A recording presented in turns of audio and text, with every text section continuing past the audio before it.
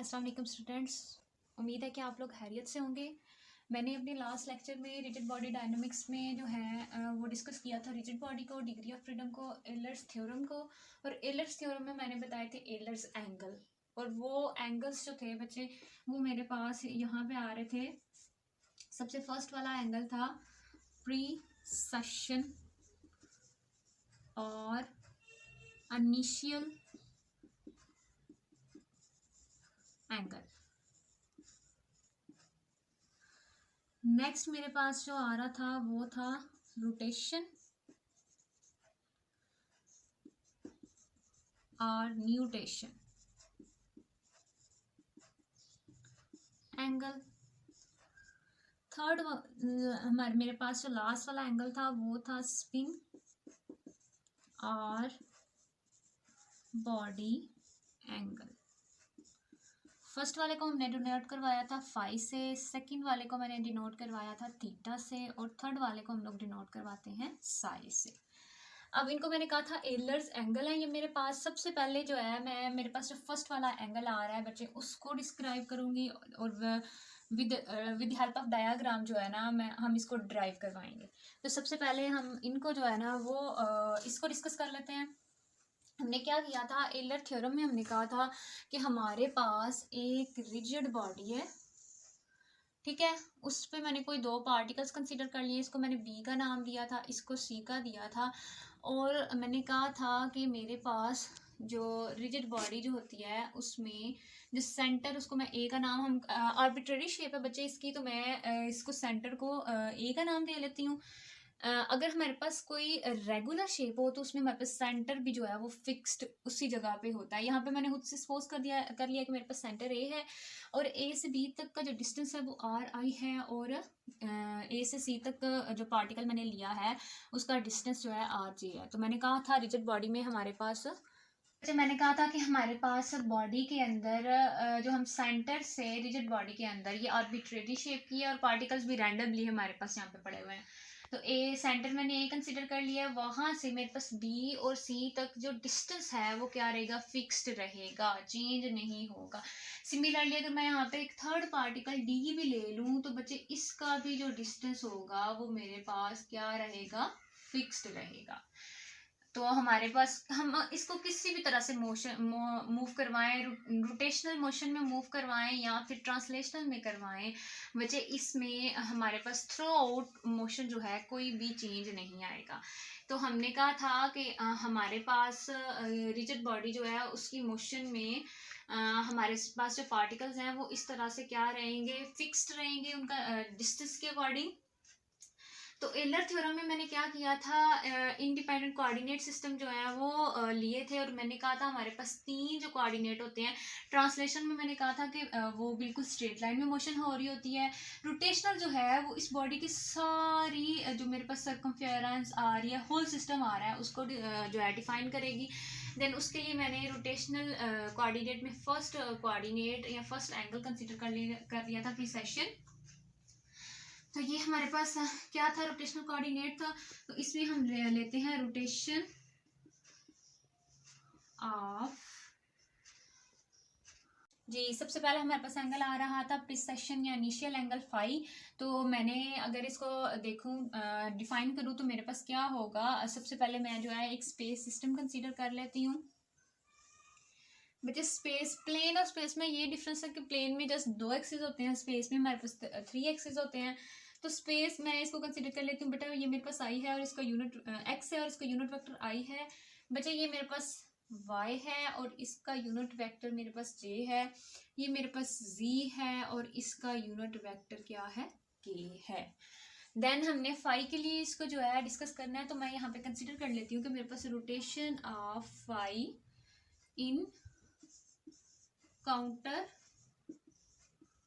Clockwise, counter clockwise about z axis. मैंने consider कर लिया है कि जो इसका एक्सिस है, जो कि मैंने यहाँ पे ये एक्सिस लिया ए है, बट मैंने यहाँ पे कंसीडर कर लिया है कि इसकी जो मोशन है वो z एक्सिस के अलोंग है और काउंटर क्लॉकवाइज है, तो देन मैंने क्या करना है, अब इसको एक्सिस कंसीडर करके इन एक्स और वाई की जो है ना रोटेशन जो है ना वो डिस्कस करनी है। तो मैं अगर कंसीडर कर लूँ कि मेरे पास इसका जो कोऑर्डिनेट है x1, इसको मैं ले लेती हूँ, x पे ले रही हूँ तो मैं इसका कंपोनेंट ले लूँगी x1। यहाँ पे ये मेरे पास फाई के लिए डिस्कस कर रही हूँ, तो ये एंगल फाई बना रहा है एक्स एक्सिस के साथ। सिमिलरली मेरे पास जो मैं y ले रही हूँ y1, वो y एक्सिस के साथ एंगल फाई बनाएगा। और z तो मेरे पास एक्सिस था, तो बच्चे यहीं पे एक्सिस पे जब हम लेते हैं तो उसका कंपोनेंट हम नहीं ले रहे होते हैं, तो z1 हमारे पास यहीं पे आएगा z एक्सिस पे।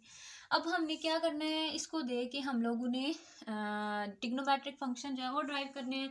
सबसे पहले मैं बता दूं कि मेरे पास इसके लिए जो कोऑर्डिनेट्स आ रहे हैं, ये I1, J1 और K1, ये मेरे पास कोऑर्डिनेट्स इक्वल आएंगे। अब मैं इनकी रोटेशन को डिस्कस करने लगी हूँ बेटा।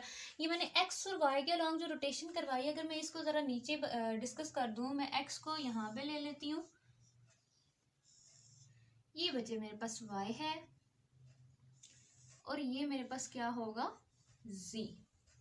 ठीक हो गया, ये मेरे पास x, y और z मैंने क्या किया था, एक्सिस कंसीडर किया था z1। देन जब x पे करवाई थी तो बच्चे ये था x1, इसका कंपोनेंट हमारे पास फाई एंगल था, और y1 मेरे पास यहाँ पे आएगा, क्या आ रहा था, फाई। तो अगर अकॉर्डिंग टू डायग्राम हम देखें तो इसका जो कंपोनेंट मेरे पास कहाँ आना था, ये इसका कंपोनेंट बच्चे इधर आना था, तो मैंने उसको यहाँ पे लिख दिया। यहाँ हम उसको इस साइड पे भी वर्टिकली जो है ना वो शो करवा सकते हैं।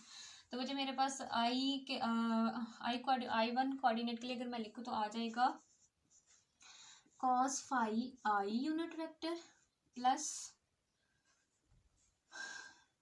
हम लोग मैट्रिसेस में लिख रहे हैं तो प्लस का बच्चे भी साइन ही आएगा, sine phi j unit vector. और k पे हमारे पास कोई भी एंगल नहीं था बना क्योंकि वो एक्सिस था, तो बच्चे ये मेरे पास आ जाएगा 0। सिमिलरली अब अगर मैं क्या करूं, इसी डायग्राम को दोबारा से ड्रा करूं कि मेरे पास क्या हो, y जो है वो हॉरिजॉन्टली आ जाए और x जो है वो वर्टिकली आ जाए। तो बच्चे अगर x मैं इसको करवाऊंगी तो ये मेरे पास कुछ इस तरह से x होगा, वर्टिकली मैं इसको ले रही हूँ, ये मेरे पास क्या होगा y, और ये मेरे पास जो होगा वो z होगा। अगर मैं फिर से ड्रा करूं तो ये मेरे पास क्या होगा, फाई x1, ये मेरे पास क्या होगा, फाई y1, और z तो मेरे पास क्या था, एक्सिस था, तो ये z1 होगा।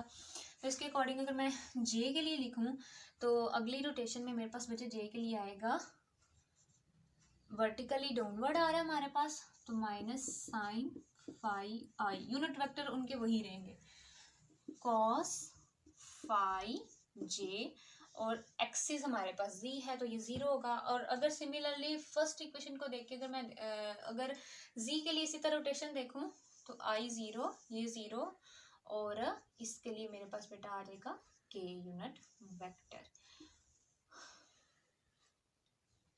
अब मैंने क्या करना है, इसको मैट्रिसेस की फॉर्म में अगर मैं देखूं तो मेरे पास मैट्रिसेस की फॉर्म में आ जाएगा I1 J1 K1